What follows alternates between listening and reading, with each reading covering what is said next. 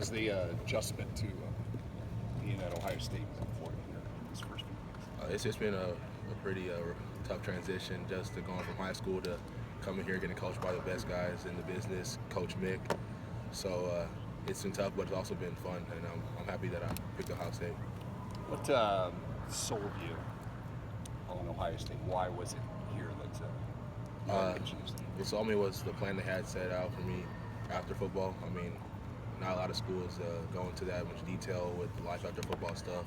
So when Coach Meyer told me about the real life program that he's implemented into the football program, I mean, that just really sold me as well as my family. Hey Jeff, how long were you actually committed to Ohio State? January 7th, Army All-American game.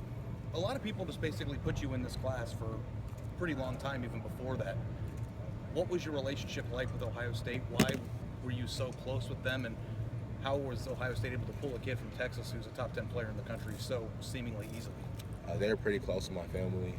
They did a really good job recruiting everyone around me, so that kind of made my decision just more comfortable. And I mean, just kind of, I knew in my head that I wanted to come compete with the best players in the country. I know that iron sharpens iron, so from the start, that always caught my eye. Hey Jeff, every single year people talk about on this day how a freshman can come in and start immediately, and I don't think one has ever come in and started from day one for Ruben. But you come in with 6 other DBs in a situation where there's 3 defensive backs who left. Do you feel as an early enrollee and your natural talent that you are in the mix to potentially be a starter here from day one? That's my intentions. I mean, I know it's spots open, so I mean, it's just all out competition. I know the best 2 corners will get on that field, and so it's just whatever I make of it, and I'm just try to take the opportunity and run with it. Is it crazy to be in a situation where there's 2 spots open at your place immediately? That's not very often in a place like Ohio State. Definitely, I feel like, I mean, that just means that it's time to go to work. What specifically are you doing to try to become someone that's in one of those 2 spots come out of spring practice? I'm trying to get here 7 days a week, just trying to work. I mean, I know that I don't have too much to do here. I don't know too many people around here, so I just try to come here and get as much extra work in as I can, work with Coach Combs. I'm going to start watching a lot of film, and right now I'm just trying to get my technique down in the defense. You're a big corner. A lot of people have said maybe he'll be a safety, but I know you want to play corner. Can you speak a little bit more about that? Oh, I know big corners have a lot of success. I mean, just looking at the NFL, Richard Sherman, Aqib Talib, those are some big corners, and they're also regarded as the best corners in the NFL. So, I mean, I really don't think the height matters. How much did watching that last draft class Ohio State put in the draft guys like Eli influence your decision to come to Ohio State? It influenced my decision because those corners had the same kind of mold as me. It was that 6-foot frame, 190 to 197 weight. So when you just look at all that, I mean, those guys have the same mold, so they have the plan to get me to where I want to be. Jim, the storyline, if you just look at the class as a whole, is Texas. How many guys were pulled from Texas, including yourself? Can you fancy a guess as to why Ohio State did so well in your home state? I think that the coaches that they had come out and to recruit us, they did a pretty good job of. They might have got a little bit lucky because we were all pretty close before. So just when they got one of us, I would go tell Barron, oh, did you hear this or did you hear that? And he would say, yeah. We just kind of connect like that, and so it made it pretty easy to be able for us to both be comfortable with going so far from home.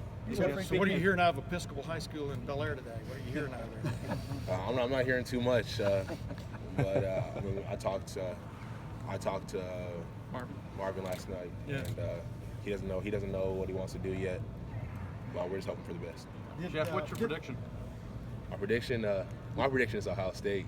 I want to be a Buckeye, and I think if we can get someone from Fort Worth, someone from Dallas, the Austin area, and then Houston, Ohio State took over Texas. Yeah, you talk about how you Texas guys are pretty close-knit, and he made a joke from the Army game that he had to go shut his hotel room door because you guys were all over him. How do you feel he was in terms of being receptive to your recruiting pitches, and how important is it to have a guy like you and Barron help Ohio State try to get another 5-star kid from that state? Oh, we're like his brother, so I mean, we're in his ear all the time, but we don't try to force it onto him because that wouldn't be cool. Just because we know how it feels like formerly being a recruit. That sometimes people get in your ear kind of pushes you away from that decision. So we kind of try to feed it to him little by little, but we're still feeding it to him at the end of the day. So he's hearing it. So now it's up to him to make the best But he needs to decision be fed a for lot. his future. He's Yeah, 375 oh, pounds. he's a big guy, so. Jeff, did the coaching change at Texas influence your decision? I mean, Not really. I had any was, impact at all? well, I knew I was going to be an early enrollee, so when all the dust settled, it was already late December. So I mean, it was already just far too late. You're one What of the benefited- marquee guys in a class full of marquee guys. What's it like just to be in a class like this that's regarded, 1, 2 in the country, depending on where you are? I think it's just a blessing to be just considered by Ohio State one of the top recruits on their board. So I mean, I don't want to let anyone down. I want to come in and just work and live up to that class hype. Have you already seen a Do benefit? you guys already feel the expectations, Jeffrey? We've only been there for a month, so we haven't gotten a chance to just feel the expectations, but we know what the expectations are. And What are they? What are those expectations? I mean, with a class like the one that we brought in, it's the highest expectation. That's winning the national championship. What kind of benefit have you felt from being here already? Like you said, you've been here for a month, enrolled early. What kind of benefit have you seen just from a personal standpoint of getting to know your new teammates and all that kind of stuff and getting to understand how things work at Ohio State? Getting a chance to just form relationships with some of the older guys. I mean, me and Taquan have been hanging out a lot.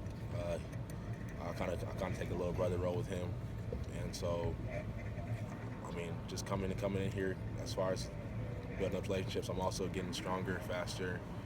And so by the time June comes around, I'll already have 6 months in the Ohio State program, and I think that'll be a big help for the fall. You knew it was going to be tough working with Coach Mick and under Coach Mick. Has it been even tougher than what you expected, or has it been pretty much what you expected, Jeff? Just since I've been a recruit, I knew that going to college is going to be different than high school. So I came in open-minded. I didn't think that it was going to be this hard or this easy. I just came in ready to work from day one. Jeffrey, what was the biggest thrill? The thrill of the moment of this coming to pass, just through the whole process. When was it like you're just like the joy, the jubilation of this, achieving this? I think when I announced my decision at the Army All-American game, I mean, it was probably one of the best days of my life. I feel like I accomplished a lot that day, and it just closed the chapter of high school recruiting, and then it started the chapter of making a name for myself in college football. You kind of floated. You're on cloud nine. I mean, yes, sir. And then it was a short little float because I was back in Columbus the next day to getting started on a college football career. A lot of people have compared this class to the 2013 class. And when you think of players like Joey Bosa, Ezekiel Elliott, Garyon Conley, and Eli Apple, when you guys are a part of being compared to a class like that, just your thoughts on that? I know there's a lot to play. Me, but Barron, and Tate are roommates, and we always just talk about ready to work. We don't really expect anything to be handed out to us. So we know what the expectations are. We know the bar has been set high, and we're ready to work for it. I mean, everything we want to get it. Want to work for it. No handouts. That's our kind of a little motto. Is Barron, that something that when you came to Ohio State you already knew, or did the coaching staff kind of tell you that? You guys are so highly rated as a class, but the classes before you had work. One thing I liked about Ohio State's coaching staff was the honesty. I mean, they knew what kind of players we were, and they knew that we knew what kind of players we were. But they never said anything like, "We'll give you a spot" or anything like that. They knew that we knew that we'd have to come in and work for it from day one, or it's just not ours.